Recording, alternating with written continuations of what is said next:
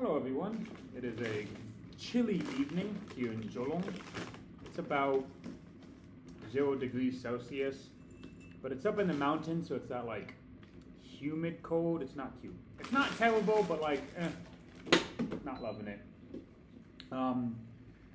It is nighttime. I try not to shoot at night, but I have tried to shoot this video like 3 times. This is my 3rd attempt. The first attempt, it was just kind of all over the place and kept doing these different edits. So I was like, okay, let me just do one full cut. And then the second one I accidentally deleted for reasons. So here we go. Number 3. We are going to talk about the difference between subscription box and mystery box as we drink some of the handmade Zhehong Pao. Obviously, we're going to talk a little bit about that. Let's actually start by talking about that.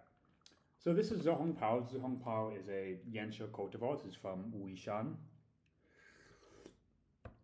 And it's one that, it's not, Wuishan just has so many fucking cultivars that you kind of have the big 3, Shui Xian, you have the big 3 Yanxia, Shui Xian, Rogui, Dahong Pao. Obviously, Dahong Pao is not a cultivar.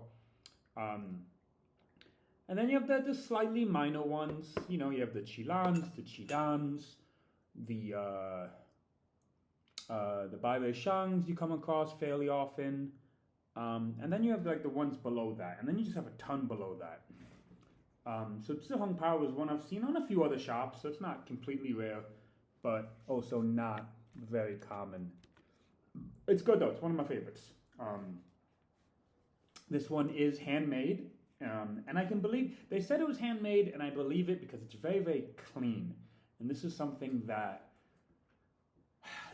I'm appreciating more and more, cleanliness of teas, where, even when a tea is good, it might be, there's something about a clean tea it just hits a little different, and we're not going to go too much into that. Today we're going to talk about subscriptions versus mystery boxes and what's the difference. This is actually a response to, my battery's a little bit low, so I want to keep an eye on it. This is a response to a comment somebody left on a YouTube video not too long ago. So, and I've talked about this a few times, but I think I like having the full story, the full thing in one place on this video. Easy to link, easy to share, easy to find. So, what's the difference between the mystery box and the subscription box? Because the mystery box, when I say mystery box, I mean the mystery box subscription. So basically, to understand the difference, you kind of have to go back to the beginning of Sweetest Do, the early days, back when I was in Huangshan. And so I get to Huangshan in 2017, and I just dive into teas, and I dive into Huangshan teas, but I'm also going to Wuishan, I'm going to Anxi, and I'm going to Fuding. I used to travel around. This is before I decided to focus on the tea in one region. And so I'd go to somewhere and I'd buy some teas. I'd go online and I would buy some teas to taste. But you have to understand that, like in China, when you're buying a sample, especially if you're buying from a maker, a sample is 50 grams. You're not really going to find 20 grams, 10 grams, couple pows, couple servings. No. When you're buying from the maker, they don't sell less than 50 grams. When I first got to China, I tried to buy less than 50 grams, and it didn't work. They're like, we don't do that. But fine, 50 grams. 50 grams would be like, this is 50 grams of Qimen. So not a ton, but also a little more than a little. And I knocked one over. And so, okay, so, I'm in China and I'm buying teas, I'm buying samples, I'm buying 50 grams here, 50 grams there. And my tea collection is just kind of building up. Where, I would buy 50 grams of a tea, and maybe if it's good, and I would have it a few times, but then I would go buy something else, and I still had 20, 30 grams left. And it got to the point where I had this wall shelf in my tea room. This whole wall that was a big shelf, and it was just filled. there was a bunch of little cubbies, and every cubby was filled with tea. And I was like, what the hell am I going to do? Because I didn't want to throw them out. I got this tea. I've gotten this tea before, and the last time I had a higher roast, and I do prefer the higher roast. Maybe in the future I'll commission a high roast of this. Okay, so. Right. Okay, so I have this shelf full of teas, and I'm like, what do I do? Because they're decent teas, so I don't want to throw them away, but they're not quite good enough to be on the website. And that's where the mystery box came in, where people would select a price point, and I would get, whatever 2 or 3 teas they had on the website, maybe one of those, but also teas from this wall.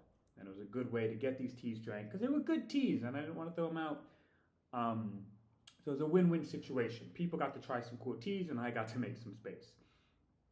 So I did this for a little bit, very popular, people really liked it.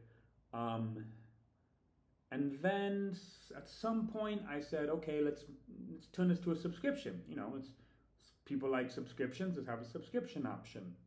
And I remember that didn't take off as fast as I thought it was going to. That was because this is, by this was a couple of years later, so you had Old Ways Tea doing subscriptions, there was a lot of subscriptions, and so I thought with the popularity of the mystery box, the subscriptions would take off too, and they didn't. 1 or 2 people got it, maybe 1. It's like, fine, whatever. But then one day I'm online, looking through the forums, and we're talking about subscriptions, and somebody said, Sweetest Stew does not offer a subscription. And I said, well, that's not true. But I said, okay, what that tells me is that this is not clear enough. It's not clear that I offer subscription. Because you have to go to Mystery Box, then you have to see, oh, there's an option for this. So that's when I made the subscription option. I made a whole nother product, subscription, and it was 2 price points, and this price point got you this much, this many grams, this much, this price point got you that many grams. So it was much more structured. And that took off like I was expecting. So that took off like I was expecting. And people enjoyed it, and people liked it. People liked that. We'll get to that later. But then I started getting feedback. I started asking for feedback and talking to people about it. And one thing they kept saying, one thing they kept suggesting is that I make it an experience. Because at the moment it was just 3 teas, just here's 1 tea, here's another tea, here's another tea. They're not connected, you don't know what they are, yada, yada, yada. If you got a Bailin Gong Fu and you didn't know what Bailin Gong Fu was, there was nothing there to be like, hey, this is what Bailin Gong Fu is, here's how you can brew it. And so I got a lot of feedback, and I saw a lot of people saying, to make it an experience, to make it more curated. And I was like, okay, yeah, I can do that. And so I developed that, and said, okay, so every month I have 3 teas, and I have a write-up, and they're a little more connected, they're not random, and everyone gets the same tea. And this was actually cool because subscription was very curated, but the mystery was still wild. The mystery box, no information, just whatever teas you get, that's what you're going to get. It's completely random, they're not curated.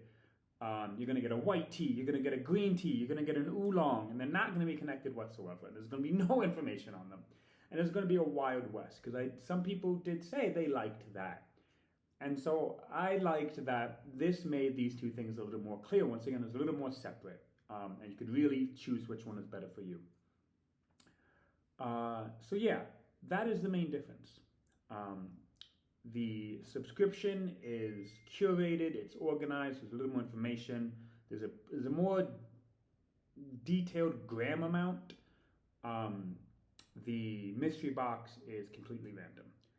And I will say, while there's a lot of benefits to the subscription with the organization and the information, it's being more educational, there is actually a benefit for the mystery box. The mystery box is actually going to be a slightly better bang for your buck. And I'll tell you why.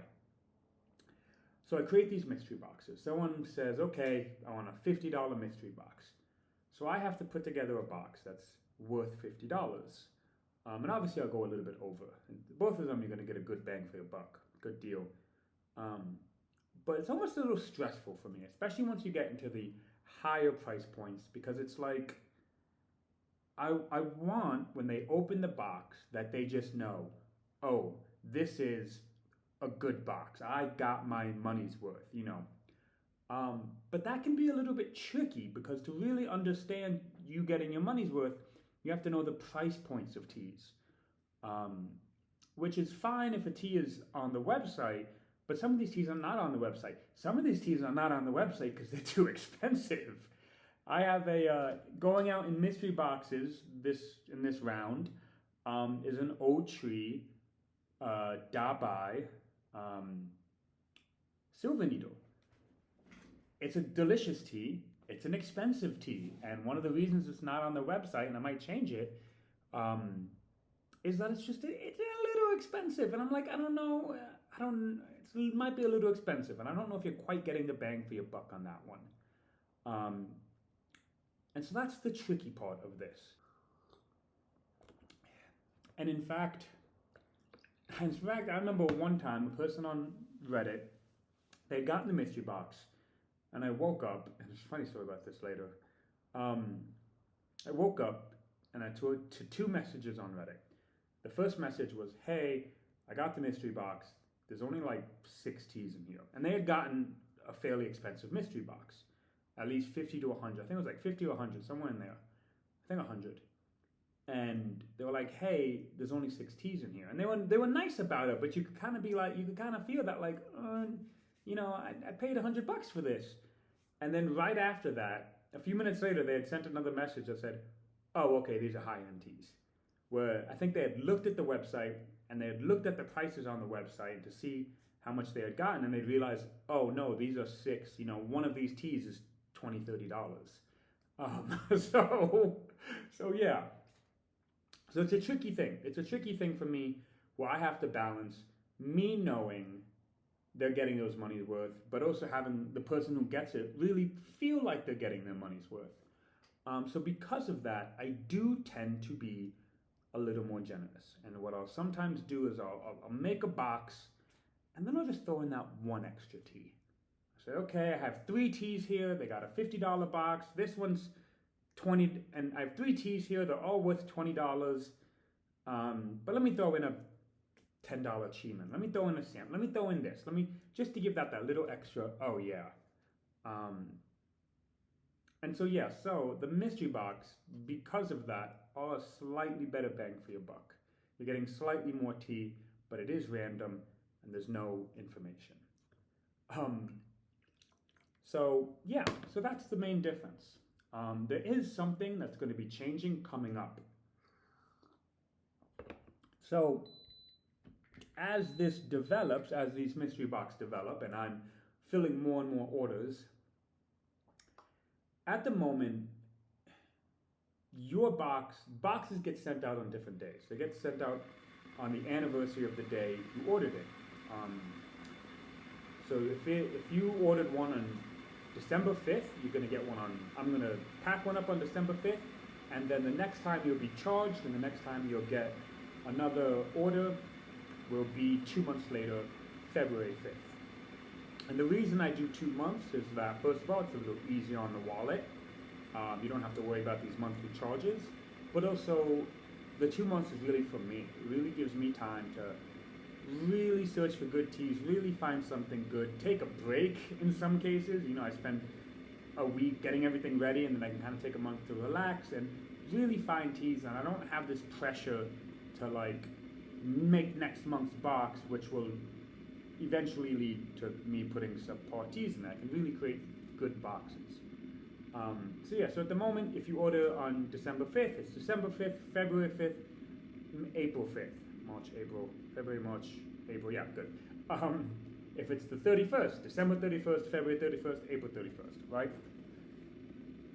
This is a little tricky for me. This is a little tricky for me because things are kind of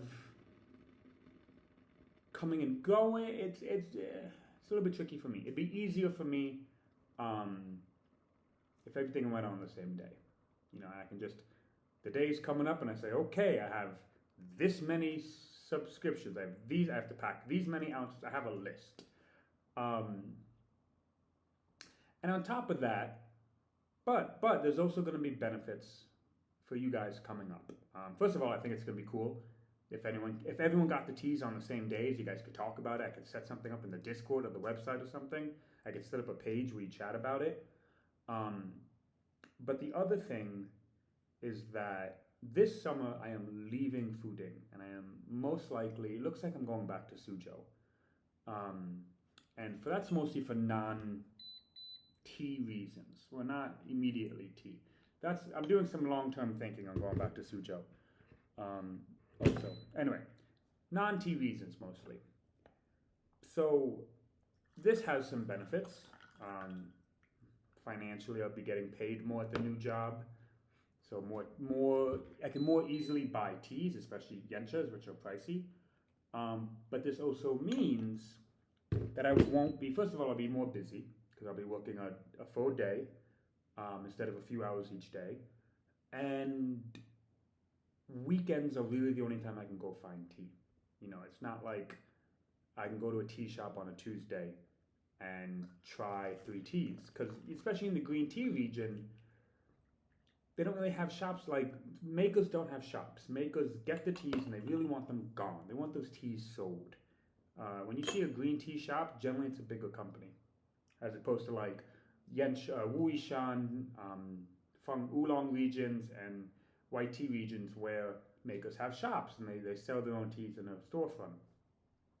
So what this means is, so I can only go look for teas on the weekends. But with the more money, I can travel. And so what this is going to mean for subscriptions and mystery boxes, and we're going to see if those two are plausible. We're going to see is that this mystery box might be Yencha, and then the next mystery box might be white tea, and then the next mystery box is Huangshan, and then the next one is, Biluchun, and, I can go to different regions. That is going to take time, because I might go to Wuishan, and I can only go for a weekend. So I go to Wuishan for a weekend, and, I didn't find anything this weekend. Once again, getting rid of that pressure just to come home with something. So because of that, when that time hits, I will have to be on a 2-month schedule. Everyone's getting the teas on the same date. Also going into spring, the spring tea season, this spring's tea season is going to be a little bit different. I'll do another video of that in a month or so, closer to the tea season. There's going to be some changes to the way I've sold tea before when it comes to buying the spring teas, and that's just based off experience and seeing what's not worked and learning about when different teas are ready. So it's a whole thing. It's a whole thing that's coming. But that's going to be another one that's really going to benefit from everyone getting the teas at the same time. Because basically one of the things is I'm realizing that teas are, like, white teas are not ready in April. Most white teas are not ready in April. They're going to be really ready in May. And but green teas are ready in April. And, but then this one is going to be, and because of the different time, it's a whole other conversation. I'm not going to get into that.